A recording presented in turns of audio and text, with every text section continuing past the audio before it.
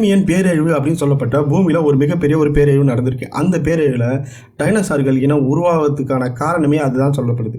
அந்த பேரழிவு நடந்தப்போ கிட்டத்தட்ட 90% உயிரினங்கள் அழிஞ்சு திரும்ப புதுசான உயிரினங்கள் உருவாக தொடங்கியிருக்கு. அப்படி தொடங்கும் போது தான் இந்த டைனோசார் இனமே உருவாகியிருக்கு. அப்படி முதல்ல உருவான டைனோசார்கள் எப்படி உருவாச்சு அப்படின்றத நம்ம பார்ப்போம். முதல்ல கடலில் தான் உயிரினங்கள் எல்லாமே உருவாச்சு அப்படின்னு சொன்னேன். இந்த டைனோசார் காலகட்டத்துக்கு முன்னாடியே கடலில் மீன்கள் அப்படின்றப்பட்ட முதுகெலும்பு இருக்கிற ஒரு சில உயிரினங்கள்லாம் உயிரோடு இருந்தது. பெர்மியன் அப்படின்னு சொல்லப்பட்ட இந்த மிகப்பெரிய பேரழிவு நடந்தப்போ கடலுக்குள்ளேயும் பார்த்தீங்கன்னா மிகப்பெரிய பாதிப்பு ஏற்பட்டது. அப்படி கடலுக்குள்ள மிகப்பெரிய பாதிப்பு ஏற்பட்டோன்னா கடலுக்கு உயிரினங்களும் கரையை நோக்கி எவால்யூஷன் ஆகிறதுக்கான நிறைய வாய்ப்புகளே இருந்திருக்கு. ஏன்னா கடலுக்குள்ள இருக்கும்போதே பெரிய ஆபத்துகளாக இருந்தால் அந்த உயிரினம் என்ன தோணும், நம்ம கடலுக்குள்ளேயே இருக்க முடியாது, கடலை விட்டு வெளியில் போகணுன்ட்டு கடலை விட்டு வெளியில் ஒரு சில உயிரினங்கள்லாம் பரிணாம வளர்ச்சி அடைய ஆரம்பிச்சுது.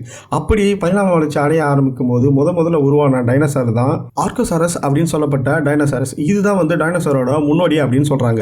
இதிலிருந்து தான் எல்லா டைனோசார்களும் உருவாச்சு.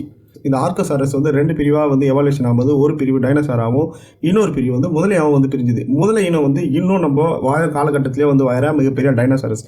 ஆனால் இப்படி 2 உயிரினமே பிரிஞ்சப்போ டைனோசார் இனம் மட்டும் எப்படி அழிஞ்சுது அப்படி கேட்டோன்னா டைனோசார் இனம் முழுக்க நிலப்பகுதியில் வாழ்ந்தது. முதல்ல எல்லாம் பார்த்தீங்கன்னா தண்ணிலையும் வாழும், நிலத்திலையும் வாழும். இது எவால்யூஷன் ஆகும்போது ரெண்டுத்தையுமே அதுக்கேற்ற மாதிரி மாற்றிக்கிட்டு அதுக்காகவே அது பரிணாம வளர்ச்சி அடைஞ்சிருக்கு. ஆனால் இந்த நிலப்பகுதியில் வாழ்ந்த இந்த டைனோசார் மட்டும் தான் இந்த மிகப்பெரிய பேரையில் முழுசாக அழிஞ்சிச்சு அப்படின்னு சொல்கிறாங்க. அப்படி டைனோசார்கள் வாழ்ந்த காலகட்டம் எப்படி இருந்ததுன்னு பார்ப்போம். இந்த டைனோசார்கள்லாம் பரிணாம வளர்ச்சி அடையும் போது பல நூற்றாண்டுகளாக ஆயிருக்கும் அப்படின்னு சொல்கிறாங்க. அதாவது ஒரே நாளில் நடந்திருக்காது, பல நூற்றாண்டுகளாக இந்த பரிணாம வளர்ச்சி மாறி நடந்துக்கிட்டே இருக்கும். அப்படி பரிணாம வளர்ச்சி அடையும் போது டைனோசார்கள் எல்லாமே ஏன் மாமிச பச்சினியாக மட்டும் இல்லாமல் இல்லை தாவர உண்ணிலாம் மட்டும் இல்லாமல் எப்படி ரெண்டுமே கலந்துருக்கு அப்படின்னு பார்த்தீங்கன்னா இந்த காலகட்டத்தில் தான் கண்டங்கள்லாம் ஒன்னோடு ஒன்று மோதும் போதும் பிரியும் போது கண்டங்கள் தனித்தனியாக பிரியறதுக்கு ஆரம்பிச்சு தான்.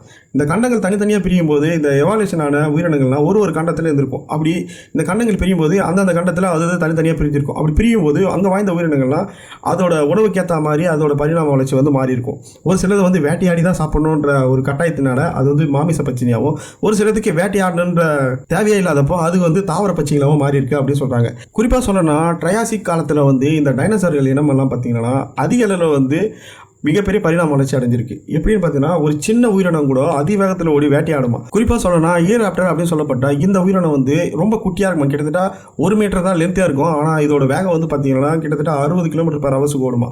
1 மீட்டர் இருக்கிற இந்த டைனோசார் பார்த்தீங்கன்னா கூட்டமாக தான் வாழும் அப்படின்னு சொல்கிறாங்க. இப்படி வாழ்ந்த காலகட்டத்தில் இந்த டைனோசார்கள் பூமியே அதோட ஆதிக்கத்தில் கிட்டத்தட்ட 65 மில்லியன் ஆண்டுகள் வாழ்ந்திருக்கு அப்படின்னு சொல்கிறாங்க. எல்லா இடங்களையும் டைனோசார்கள் தான் இருக்கும். பாலைவனத்தில் இருக்கும், மலைகள் இருக்கும், காடுகள் இருக்கும், கடல்களோட டைனோசார்கள் தான் அதிக அளவில் இருந்திருக்கு அப்படின்ட்டு சொல்கிறாங்க. அப்படி வாழ்ந்த இந்த டைனோசார்கள் எப்படி